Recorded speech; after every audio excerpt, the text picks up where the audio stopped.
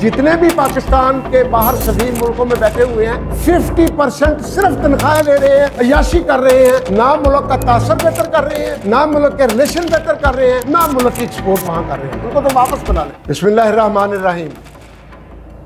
पाकिस्तान की एक्सपोर्ट्स में हमेशा ज़राअत का 60% तो रहा ही है, कम अज़ कम बरआमदात में कपास होती थी, चावल होता था, चमड़ा होता था व दीगर ज़रूरियात।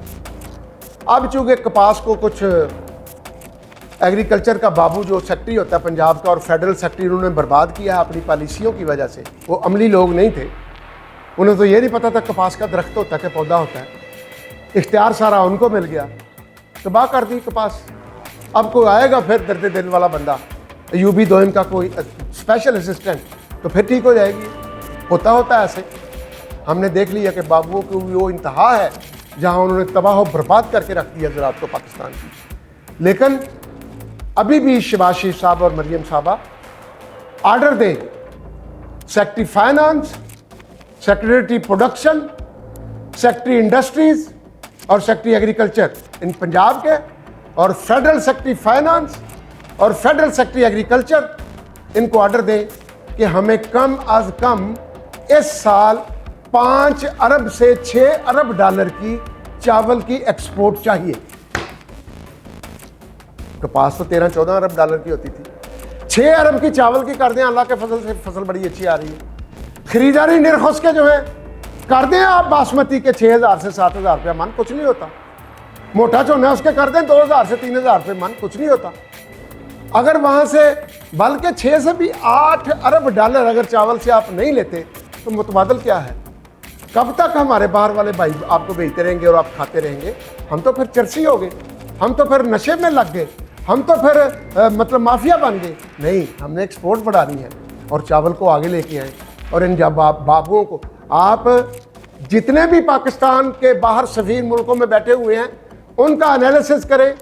50% सिर्फ तनख्वाहें ले रहे हैं, अय्याशी कर रहे हैं, ना मुल्क का तासर बेहतर कर रहे हैं, ना मुल्क के रिलेशन बेहतर कर रहे हैं, ना मुल्क की एक्सपोर्ट वहाँ कर रहे हैं। उनको तो वापस बुला लें, खर्चा बचे। 50% को वापस बुला लें, खर्चा बचेगा।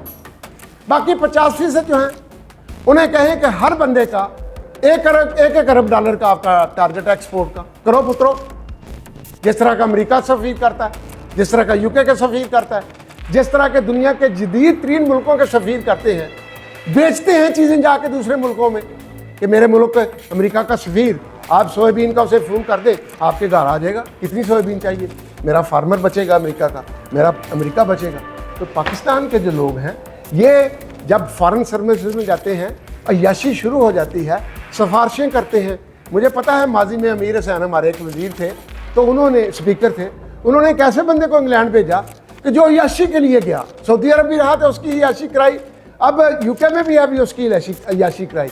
अमीर हुसैन साहब ने 14 या 20 कनाल का लाहौर जौहर टाउन के दिल में एक स्कूल के नाम पर प्लाट भी ले लिया। बड़ी लूट मार मचाई। और जिन जिन बंदों को उन्होंने बाहर जिम्मेदारियां दी वो टके का काम नहीं करते थे, 6 गाड़ियाँ उन्होंने रखी हुई थी। मैंने अमीर हुसैन साहब को कहा, यार इस मुल्क ने आपको बहुत कुछ दिया है, तो ये जिन बंदों को आप बाहर भेज रहे हैं नहीं कि हम आपको प्रमोशन और मुगल साहब कोई और कर लेगा, इस तरह का जवाब।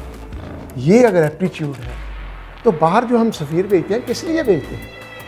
मुझे पता है बिजली गई हुई थी, अमेरिकन सफ़ीर ने सोयाबीन बेचनी थी, लाइट गई हुई थी, 4 मरतबा उतरा और चढ़ा सीढ़ियाँ, लेकिन आखिर 4 कंटेनर बेच के अपने दफ्तर गया सोयाबीन मील के।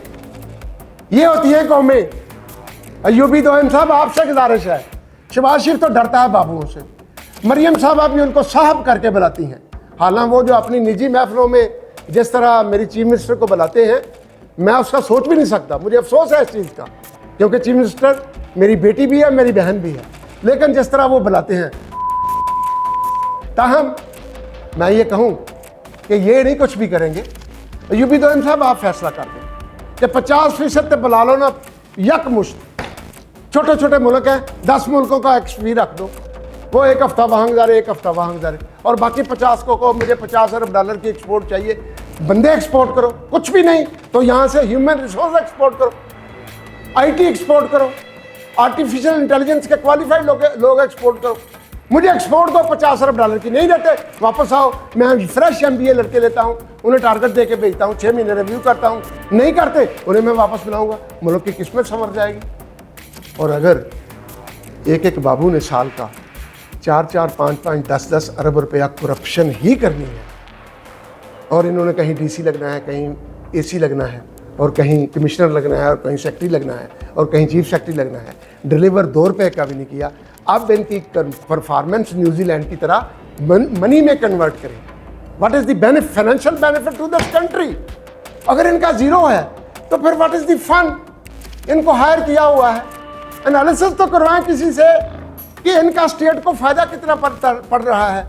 सोशल सेक्टर हो, सोशियोलॉजी का सेक्टर हो, इकोनॉमिक सेक्टर हो, फाइनेंस का सेक्टर हो, एक्सपोर्ट का सेक्टर हो, कोई भी हो, इनकी परफॉर्मेंस एनालिसिस कराएं, आपको जीरो नजर आएगी। लिहाजा इस तबके से बच के, मैंने जैसे आपको कहा कि 4-5-6 अरब रुपया लगा के कोई बंदा आए और वो कोई इंस्पेक्टर जो ठुड्डे मारे, वो तो दूसरे बंदों को भी कहेगा खबरदार से इस मुल्क में पाँव ना रखना, सरमाया ना लेके आना।